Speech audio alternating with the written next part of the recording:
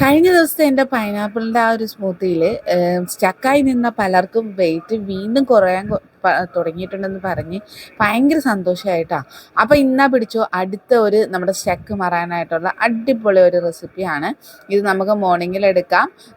നല്ല ടേസ്റ്റിയാണ്. പിന്നെ ഇഞ്ചിയുടെ ടേസ്റ്റ് ഇഷ്ടമില്ലാത്തവർ ഇഞ്ചി ഒരു ചെറിയ കഷ്ണം ചേർത്താൽ മതി കേട്ടോ. അപ്പോൾ ഇതേപോലെ പൈനാപ്പിളും ഞാൻ ഇതിനകത്ത് എടുത്തിരിക്കുന്ന സെലറിയാണ് കേട്ടോ. സെലറി ഒരു 1-2 സ്റ്റിക്ക് ആ ലീഫോട് കൂടി തന്നെ ചേർക്കുക.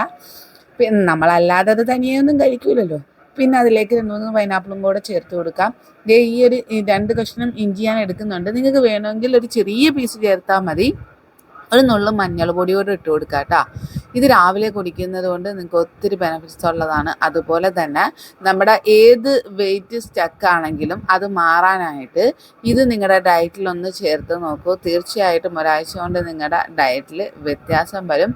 നിങ്ങൾക്ക് നല്ലൊരു റിസൾട്ട് കിട്ടുകയും ചെയ്യും. കഴിഞ്ഞ ദിവസത്തെ എൻ്റെ പൈനാപ്പിളിൻ്റെ ആ ഒരു സ്മൂത്തിയിൽ അങ്ങനെ ഒരു റിസൾട്ട് കിട്ടിയെന്ന് ഒരുപാട് പേര് മെസ്സേജ് അയക്കുന്നുണ്ട്. അപ്പം മസ്റ്റ് ട്രൈ ആണ്. അഭിപ്രായം പറയാനും മറക്കരുത്.